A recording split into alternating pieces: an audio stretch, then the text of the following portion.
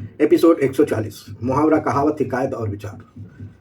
देशवासियों, आदाब, सलाम, नमस्कार।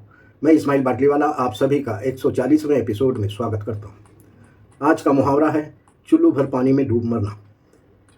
कभी आपने देखा है जब कोई व्यक्ति ऐसी शर्मनाक गलती या ऐसा गलत काम कर देता है जिससे उसे खुद भी शर्मिंदगी महसूस होने लगे, तब लोग कहते हैं चुल्लू भर पानी में डूब मरो।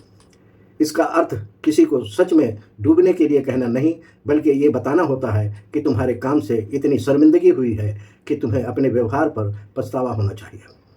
रोज़मर्रा के उदाहरण नंबर 1। कोई व्यक्ति बिना जानकारी के किसी पर झूठा आरोप लगा दे और बाद में उसकी गलती साबित हो जाए तो उसे बहुत शर्मिंदगी महसूस होती है। उदाहरण नंबर 2। कोई इंसान लालच में आकर गलत काम कर बैठे और समाज में उसकी सच्चाई सामने आ जाए तो उसे पछतावा होता है।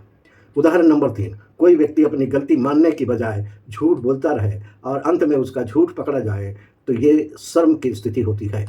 उदाहरण नंबर 4। किसी की मदद करने की बजाय उसका मजाक उड़ाना और बाद में खुद उसकी परिस्थितियों में फंस जाना, ऐसी स्थिति में इंसान को अपनी गलती का एहसास होता है। छोटी सी हिकायत। एक गांव में एक व्यक्ति अपनी झूठी शान दिखाने के लिए लोगों के सामने बड़ी बड़ी बातें करता था। वो हमेशा दूसरों को कम समझता था। एक दिन उसने बिना जानकारी के एक बात पर दावा कर दिया, लेकिन जब सच्चाई सामने आई तो सभी लोगों के सामने उसकी पोल खुल गई। उसे अपनी गलती का बहुत पछतावा हुआ और उसने सोचा, मुझे बिना सोचे समझे बात नहीं करनी चाहिए थी। लोगों ने भी समझा कि इंसान को हमेशा विनम्र रहना चाहिए और कोई भी काम करने से पहले सोच विचार करना चाहिए। सीख। इंसान को घमंड, झूठ और बिना जानकारी के फैसले से बचना चाहिए। गलती हो जाए तो उसे स्वीकार करना ही समझदारी है। संदेश। सम्मान पाने के लिए सही व्यवहार, सच्चाई और विनम्रता जरूरी है। गलत काम इंसान को शर्मिंदगी की स्थिति में पहुंचा देता है। एक लाइन में सार। ऐसा काम करना जिससे खुद को बहुत शर्मिंदगी महसूस हो, उस स्थिति को चुल्लू भर पानी में डूब मरना कहते हैं। देशवासियों, इस मुहावरे से तो हमने यही समझा है, लेकिन आप क्या सोचते हैं? आपकी क्या राय है? कमेंट करके ज़रूर बताएं।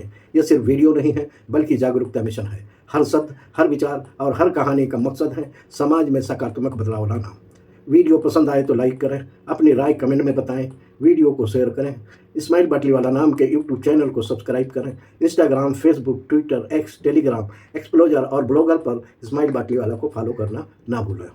देशवासियों, मिलकर हम अपनी सांस्कृतिक विरासत को जिंदा रखेंगे।